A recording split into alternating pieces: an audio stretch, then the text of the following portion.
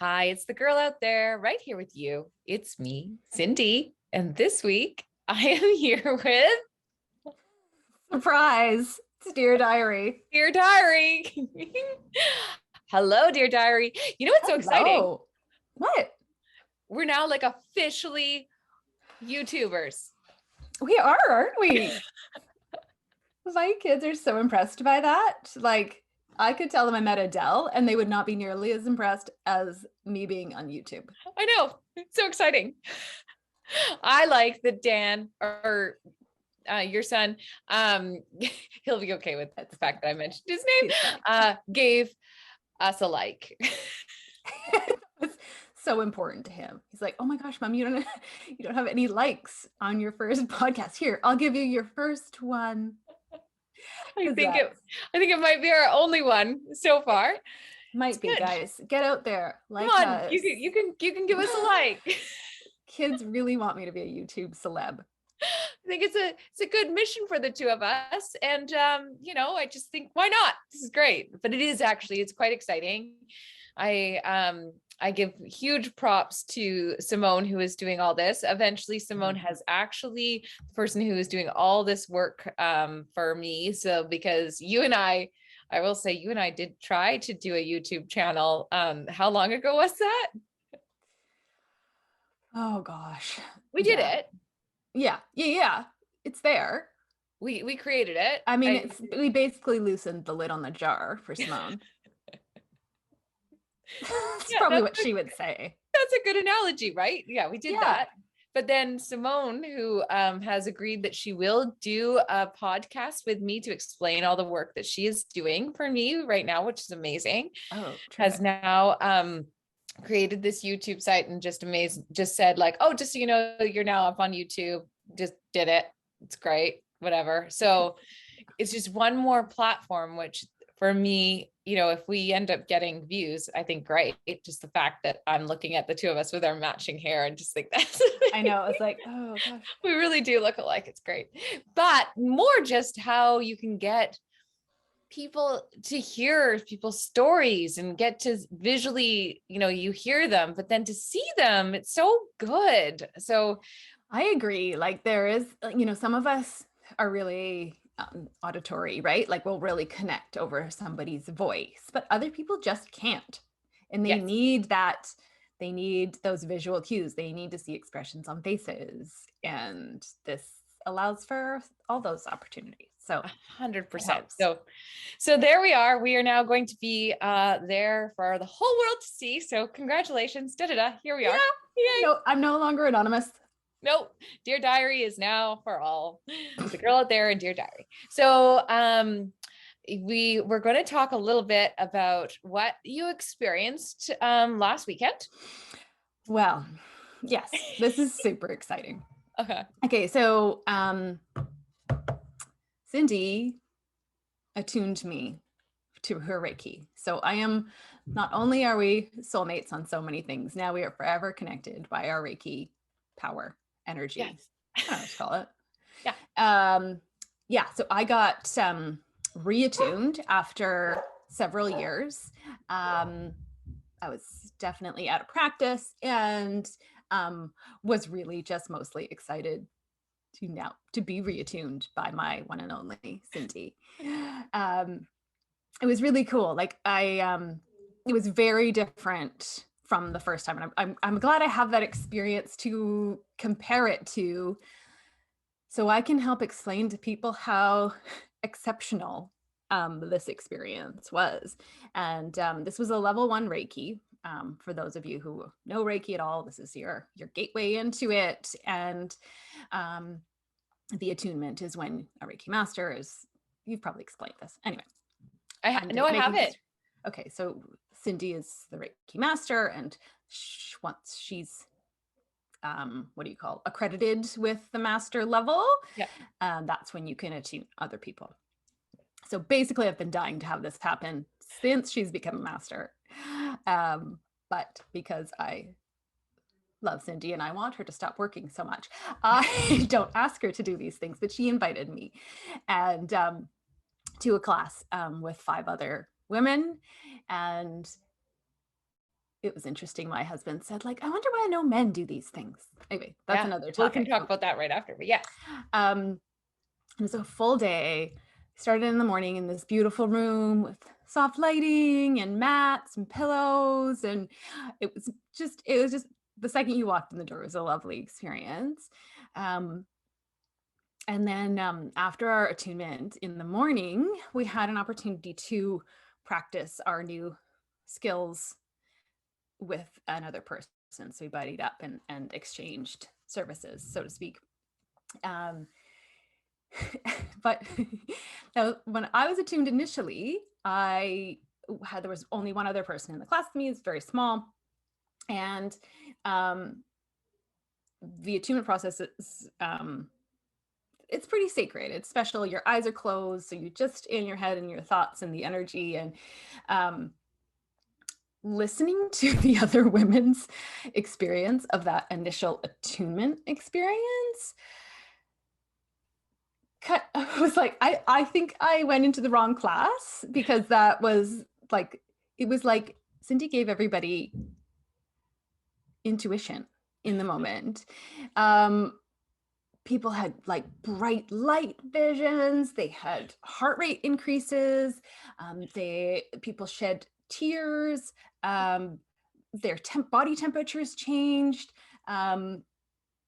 It was remarkable how the physical feelings and mental feelings that everybody in that room experienced.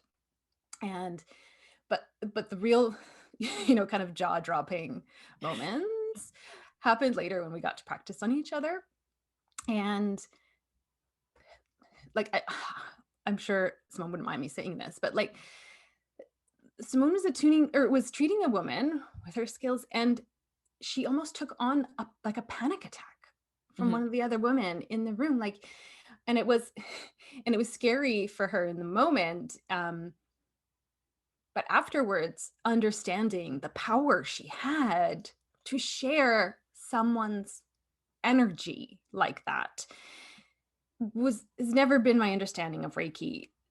It's not that it was like a sharing of emotions and feelings and heart rates and things like that, just that it was, a conduit of energy movement within the body.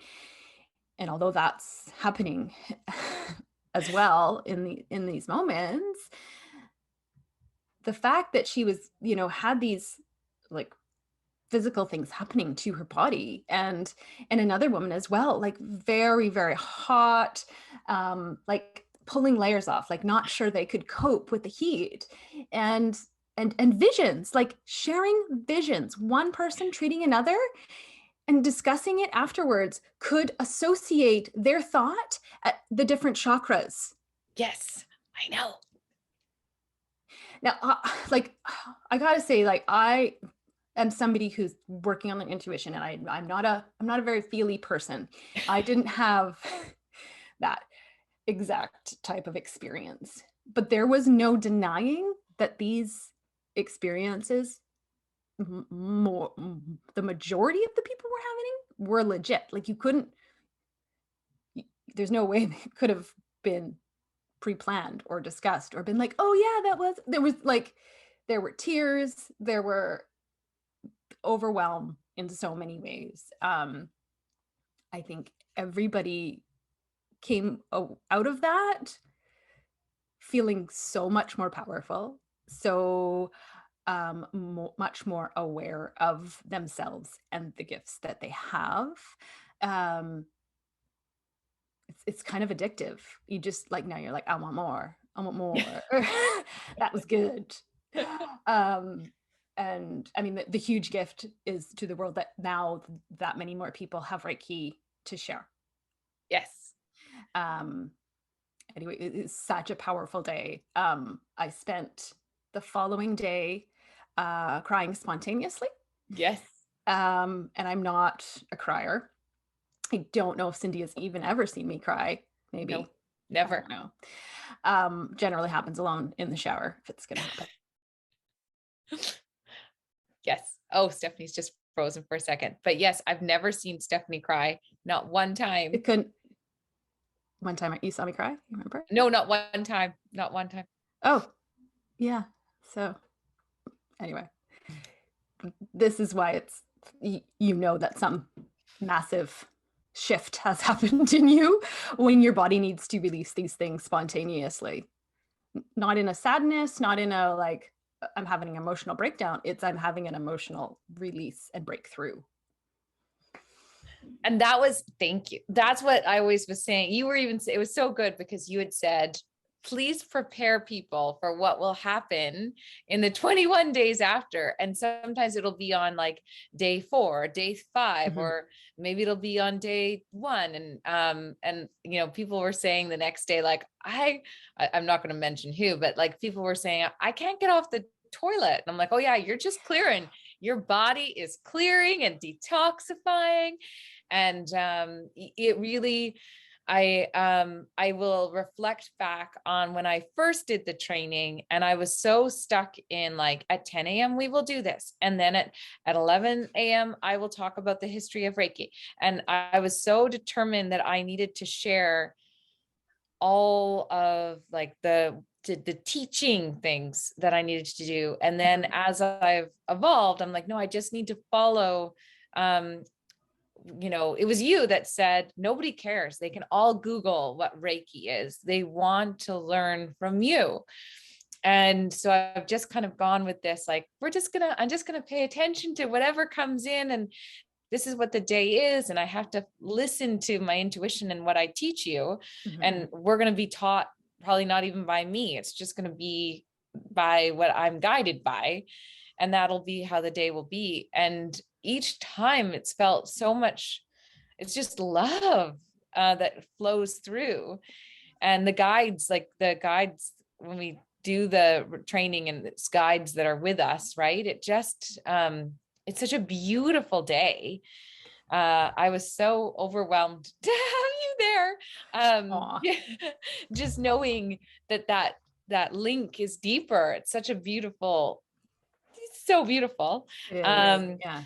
As I said to you, as I was attuning you, I thought, if I start crying, I'm not going to stop. So then I think you just started crying for the next 24 hours. I did. And you know what actually would come to me is when the tears would start is I was imagining you attuning me. So I think that was like, okay, yeah, that was the emotion we shared. It was your urge to cry that I was connecting to, right? Yeah. Something like that. I know it doesn't make any sense. It's really hard to describe it. It's so hard. And even like attuning people. And as I was, I mean, that 30 minutes before, as I was like blubbering through, trying to share with people. You really did. Like, yeah, you really did. Like, it's so special. But it's just such a special gift to be able to share with people. And it's so, you know, and just being able, each attunement so different. And that's what I found incredible, is every time I've attuned somebody to realize how unique that is, the message that's coming through for each person. It is, I am blown away by it. Yeah. And I think that is the real value add that somebody who's as intuitive to you gives to that course. Yeah. Is really like, that's not what everybody's offering at Reiki level 1, you know, like, and not to say not everybody's not doing a fabulous job, really. The more that's out there, the better. And that's just the bottom line. But I think you just hone in so specifically to each person's needs or way of receiving. Yeah. I don't that's why it's so intense. Yeah. It's incredible. Like, I can't even explain it, but it's just like, you get their hands and you're like, this person's gonna need this. I'm like, oh, it's incredible. So I'm just like, right now. And then to do level 2, you're like, oh, like, it's so like, are you holding yourself back to not do the full thing? Yeah. Because that would be too crazy for people. Like, like, you mean learn to understand what you got so far and then build. Yes, because it's I mean, just, as I say, it's like level 1 is a foundation. So, I mean, even you saw how one person sort of felt, oh, you didn't see, but like one person fell to the ground when I was doing the attunement. So I'm like, okay, I can't. I need to come around the front. Can you stand up now? Are you okay? So you think, I Seriously? mean, and then Oh, like wow. I didn't even see that. I didn't know that. So you think, because I know now people who've done level 1 and then they go into level 2 and they go, like level 2, it all makes sense. Because level 1, you're just sort of trying to learn, which is why I always say to people now, I'll check in and go like, how are you doing? What are you doing? Because you can forget the practice so easily. Or like, remember you had said for yourself, like, I mean, I was wildly driven, right? When I did my Reiki, I was like, everyone and everything, come to my house, come to my house. But if you don't have that, it's kind of like, oh yeah, I did it. Okay, whatever. Right. So I want there's not a ton of gratification. Yeah. Always, right? Like other than when you're in your magic bubble world where we all got attuned and that was crazy. Yes. It's not as exciting. Yes. Perhaps. Yes. But so you're wanting it, it's probably gets more exciting, right? It gets more and more fulfilling. And then when you get into level 2, it's just like I don't know, it's this connection that you can end up seeing at a different level where you're like, it's hard to explain. Sign me up. You're going to do it. And then, yes. Yeah. Oh my gosh. I hope I have a panic attack. I mean, I don't. I obviously that's not a good thing, but like, it's crazy. Oh, well, and listening to her after, I mean, and we'll have her come on as well. Her saying she was 100% a non-believer, came to that saying, she's like, I don't believe in this energy thing. I'm kind of here to take a picture, like whatever. And by the end, I think you need to give. No, I think she does absolutely believe in Reiki. Yes, because she didn't believe she could. She didn't think she would. Yes. Sorry. Yes. I think I just wanted to clarify that. Yeah. She's very much a believer in Reiki. She just didn't think she was going to feel any different. Sorry. Yes, exactly. Like and by the end of the day, just go like, I can't believe all the things that I could do. And that's the huge power in it, right? Which I think is the most beautiful. You want people to see that they can do this. Yeah. It's very exciting. Yeah.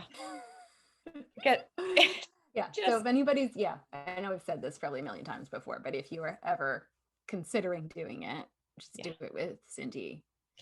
Well, and I think that's the biggest thing is, I think that's the I mean, just why not? If we were here for purely business purposes. But I do it. You can do it anywhere. But so I do think that's the key is, because I know when I'd asked my Reiki master and she said, I will only do it with people in Vancouver, that she doesn't like to do distance. Whereas I find more connection with people distance versus in person. I do enjoy in person, but so I have had, lots of people do it via distance. And so some people wonder like, how does that work? But lots of my trainings have been distance. And to know that those people are now working with others. So if people ever wonder, can I do this and be somewhere else? Yes, I can attune you distance. The one thing that I don't do, which some people do, is I just can't sell a Reiki course. Like I want to be there connected with you doing it. Like I can't sell a course. It's not my thing. Yeah, which makes sense. Yeah.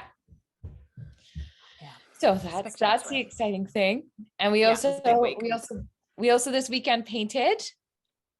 We did. It's not our first time painting together, so we knew we could do it. But this one was a larger project. Yes, it was. We are going room by room. That was fun.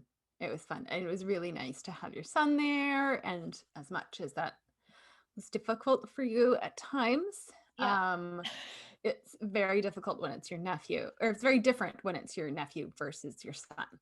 So yes. I'm like, oh, look, he's actually being so helpful. You're like, don't pay like that. Put the drop sheet down.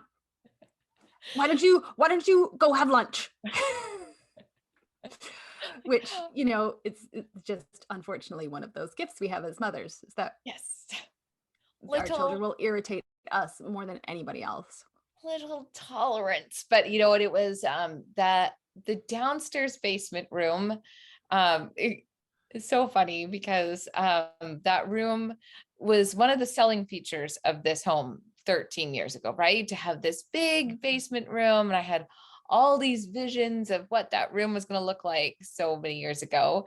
And then, you know, put right away little polka dots on the wall and butterflies in a tree and mirror and all this stuff. And then many things happened, and that room just became like this cold, dark space, which really hasn't been used very much. Yeah. Other it than becomes the place to store things, right? Totally. When you're not using it, just put it in there. I don't know what to do with it. Just put it in there. Just dump it in that room. Dump it in that room. And yet it's the room that we enter from downstairs, and you see it all the time. But it's like, you know, basically if a friend comes over, they go down there, but that's it. Like, it's not used well. And you know, I used to, you know, I look at the evolution. For a long time, rented that space down there, and you know, they didn't want to go down there, all of these things. And so as we've had this vision of, okay, we're going to paint down there, and Hudson, you know, we're peeling the dots off the wall, and Hudson's crying as we're saying goodbye to this once his childhood kind of thing, and Chase is down there. And so it was really nice to do the painting. And I always just think, you know, gosh, all these things I used to think I couldn't do. And you've been all like part of it, as I've actually seen, really, you know, it isn't that much money in the grand scheme of things to actually reinvent a space for the kids and for me to feel more welcoming in my own space, right? It's so, it just takes the effort sometimes, right? Like, it's not always so much the cost. It was, you know, like you say, all the decluttering and just the planning of it. And when you're busy, it's kind of, it ends up at the bottom of the priority list. But I came to you because I wanted to renovate a room in my house, and my husband and I disagreed. And so I left it, and you said, well, you can come be creative in my house.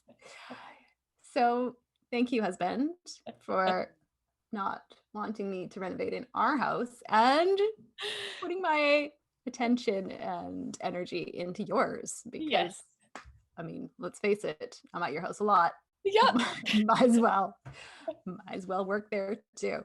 But it's not work. I mean, it is work, but it's a labor of love. Like, got home and I looked at my hands, they're covered in paint, and I was like, I love this. Like, this is the best. You know, like, we all work together, and we actually like didn't quite finish it, but we almost finished it. And it's so nice to walk away being like, we did it.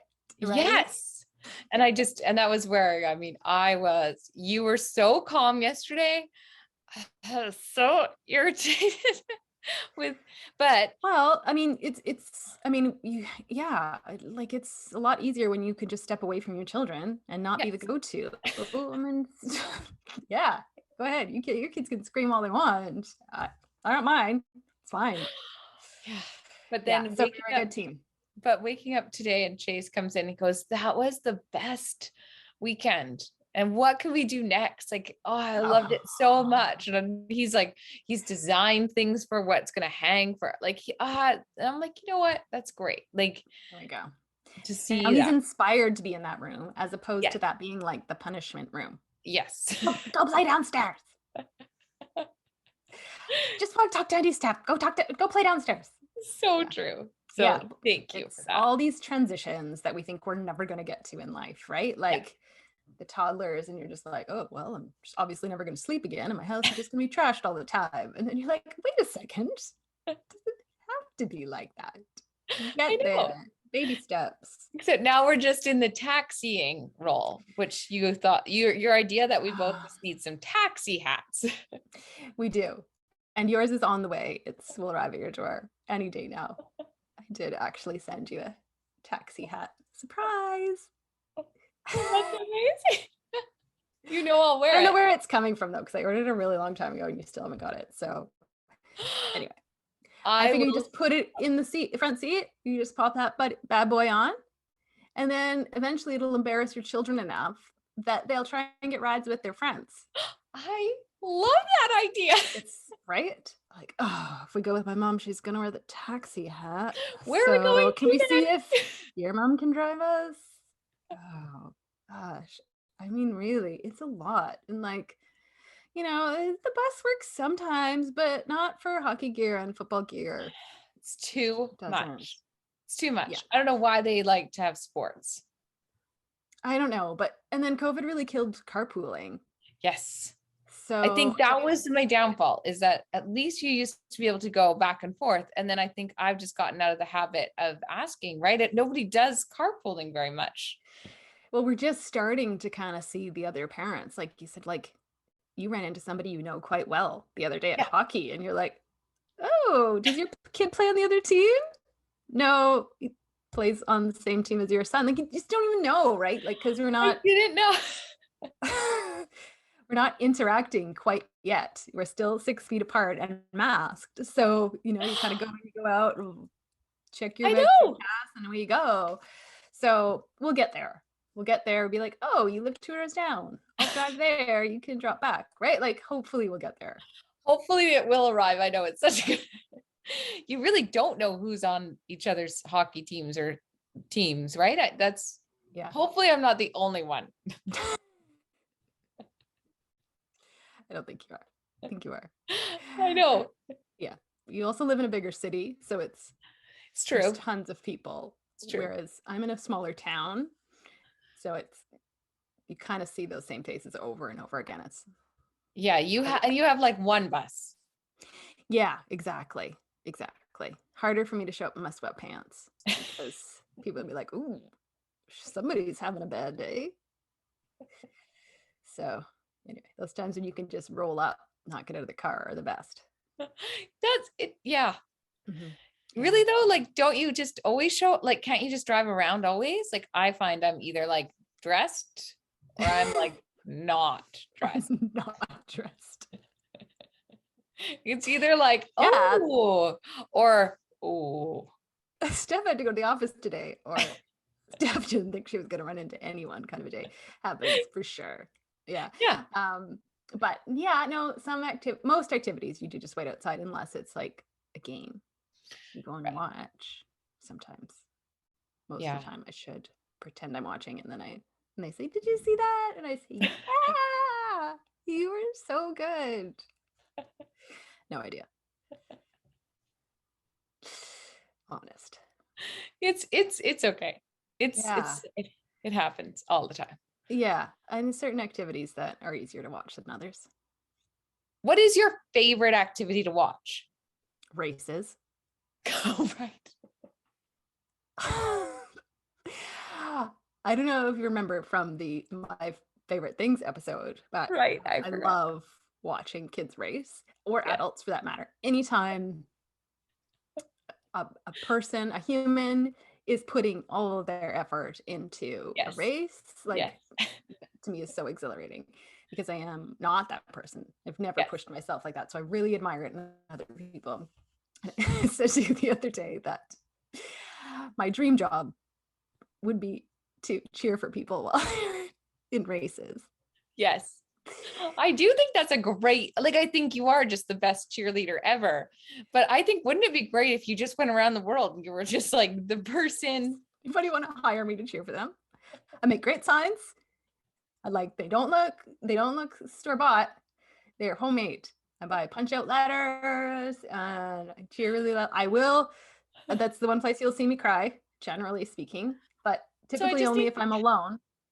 I don't know if you were with me if I would cry, because my husband came with me to the last running race and I didn't cry, and I've cried at all the other running races. So I feel like I just need to be alone when I see it. I don't know. Yeah, because so you didn't cry when Dave was there, but every other race you cry at. Mm-hmm. Well, there was only one other one that I actually saw this year. We were talking about when I did the Tough Mudder and you were there to cheer me on. Yeah. And then how I would have died, but then you came around. I intervened. to the very finish because I Yeah. was so dead near the end. For anyone, I mean, Yeah. we can talk about it. I had that shirt on. I can't even remember what it said now, but you know, so determined. And then I'd climb the walls, right? Like, and this is still the vision where some guy was like, I can help you. I can help you get over the wall. And I was like, no. I'm going to climb that wall. And then I climbed the wall and then my face hit the whole other side going down like, it's like, yeah, this is a terrible race. This is a terrible race. And even at the beginning, because I guess I hadn't really defined at that point that I was an empath, but I remember standing in the middle of the race at the very beginning. And I was like, no, there are going to be people, I'm looking around like they're here. There are going to be people that are racers. But I still remember at that moment going, oh my God, we're the saddest. We're all so sad here. Like every single one of us. Interesting. Well, it was an interesting feeling because I was like, I could feel it. Like we were just so sad, but it was like we needed to accomplish something. And it was this feeling I could feel. Not all of us, I'm sure there's lots of racers, but it was this I could feel it within me when the race started. And I was like, oh, this is so sad. But then we did the race. But then just as we were coming around, and I was so, oh my gosh, that race. It looks absolutely exhausting. Totally ridiculously exhausting. It was ridiculously exhausting. And then I'd come around to the edge. I don't even know how long that race had taken me. And then we had to swing, right? The monkey bars. And you were staring at people that were just killing themselves. There was some really hard injuries happening in front of my eyes, and people were falling like, you know, nobody's got anything left, and they're all falling at high levels into water, but also like slamming wood into their bodies on the way down. And I was just like that's how you lose your teeth. That's how you break your nose. That's how you scrape. Like there were so many horrible injuries, potential injuries.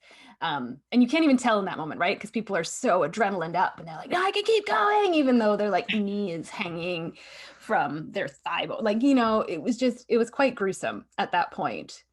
And I could tell how tired you were because there's no person that wasn't. And I was like, as soon as I see her ready for this event, I'm going to pull her aside. I'm going to just do everything I can to tell her to not do this part of the race. And so, I just remember you were like, I just want you to know you're already finished. You're already a winner. And I was like, okay, I'm a mother tomorrow. Like already you've accomplished more than you probably thought you could. That was it. Then we walked around. Didn't we start? I think there was a few people that did the Tough Mudder after that. And didn't we start calling it the like divorce predictor? Yes. Like, yeah. Mudder. You got their relationships on the rocks. See, you could just feel it. They've got to do something for themselves. Yeah. I get it. It's a control thing or whatever, right? I mean, there's lots of people doing it for very good reasons. Very good reasons. I mean to paint that with broad strokes, but that was. Well, and you can even, like Michael saying, right? He said that even in Awaken, like it's that thing of where you're really trying to do big, huge things for yourself, and you're trying to fill that.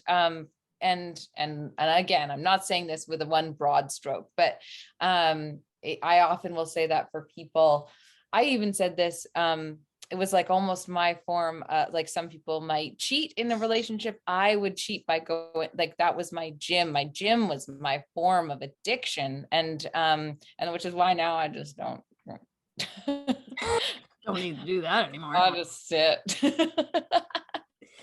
Single life's great for sitting. How can you tell I'm happy?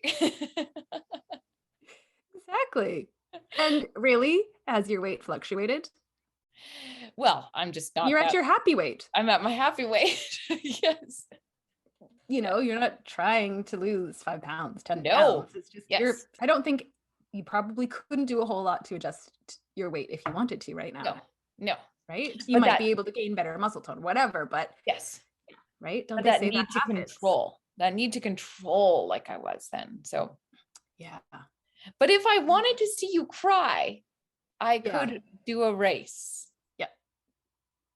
Probably do it. You could do it. I'd make you a sign and I would, yeah, there's no question. So this year in May, when I run my half marathon, I will be there. Oh my God, I will so be there. I can't wait. I'm already like trying to pick out my spots where I'm gonna wait with my sign and just be by myself. It's gonna be the best. And my name will be Catch Me. Because I had to think of something. Yeah, perfect. Why? But now people can yell, "Go catch me!" It's a great idea. I mean, if it were me, I'd put my full name because I'd be like, yeah. No, I want everybody to know that they're cheering for. But I just think it's so random. You're so modest. Yeah, that was just out of nowhere. Catch me. It's like, hey, catch me. On the back of my shirt, it's going to be like, if you can. Oh, that's a good idea. Oh, yeah. That's actually really funny. Yes. It's brilliant because you were brilliant, obviously. Why not? And now you've said it. So now everyone on YouTube can all watch. It's going to be lots of hashtags. Catch me. Catch me. You can. If you can. Oh, it's going to be so good. So now I actually have to do it. And now you're going to cry and it's going to be great. Be a first for both of us. Actually, no, you've done the half marathon before. I have. It wasn't pretty at all. Yeah, but it's also your superpower. It is like if I can, yes. I did that without training. I feel like I can do this. Yeah, obviously. We'll see. No. Yeah. So maybe I won't cry because I'll be like, she's got this. It's easy for her, probably. Yeah. No, there's no way. There's no way. Well, yes. I love it. I love it. So, well, this was a good little catch up. It sure was. Sure was. It's nice chatting with you. Hope everybody else enjoys it. Do you have anything else you want to share? Nope. Everything is pretty gray and gross month of November. I know it is. Yeah. Everything's all right. This is the highlight. I know. Chatting with you always. I know. I haven't moved. Back to the mom life. Yeah, I haven't moved from this seat here, so I'm gonna go and make some dinner now. I'm gonna do about 19 loads of laundry and clean out some lunch bags. Fantastic. Best day ever. It's so good. You know what, the best quote I read, I posted it a while ago, was from the spiritual guru guy. But he just said what spiritual healers often don't share. And it was just about like all the things that you will shift a little bit and you will change, but in the end, you'll always do laundry. Oh, that's so depressing. Yeah, I know. Yeah, it's just life. And it's okay.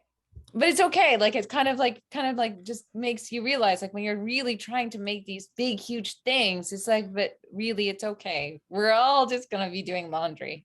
Basically. Well, yeah. I mean, it's like you say on Instagram all the time, like it's all the simple moments. Yes. Right. Like it's all just the little moments. It's the little thing. Yeah. Your kid said to you in passing in the hallway that, I don't know, means something or whatever. Right. Yeah. Yeah. So totally.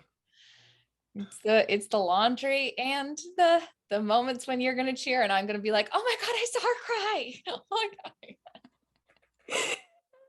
Your legs will like buckle. I mean, that's what happens to me when I go hiking. I'll be like, oh my God, I think I look like one of those people that just ran an ultra marathon. I'm probably going to poop myself. So that's why Stephanie doesn't race. But you're going to be so overwhelmed by seeing my tears that might happen to you. Not the pooping yourself part. Though, just before we go, could you also bring a ghetto blaster like from 1988, meet on the other side of the finish line, and then have like dun, dun, dun, dun, dun, dun, or whatever that song is, like St. Elmo's Fire? Oh, yeah. Okay. It's really going to take away from my experience of you crossing the finish line. Okay, well, Maybe we can hire somebody like the sign guy. Maybe a sign guy, and like Yeah. all the kids could be there, and then you could just be crying, and then okay. Well, if I'm going to make this my future career, I better figure this out. Yeah, you can figure that part out. Dream job. Come with the whole package. We don't need it to be showy at all. Just, music. No, not that you like that. Throw red carpet. Maybe some confetti, some air horns. Yeah. And Chariots of Fire. Chariots of Fire. Yes. Something. That's fire. it. Yep. Okay. I feel like my life's complete. I love you. Love you too. Okay. Bye. Bye.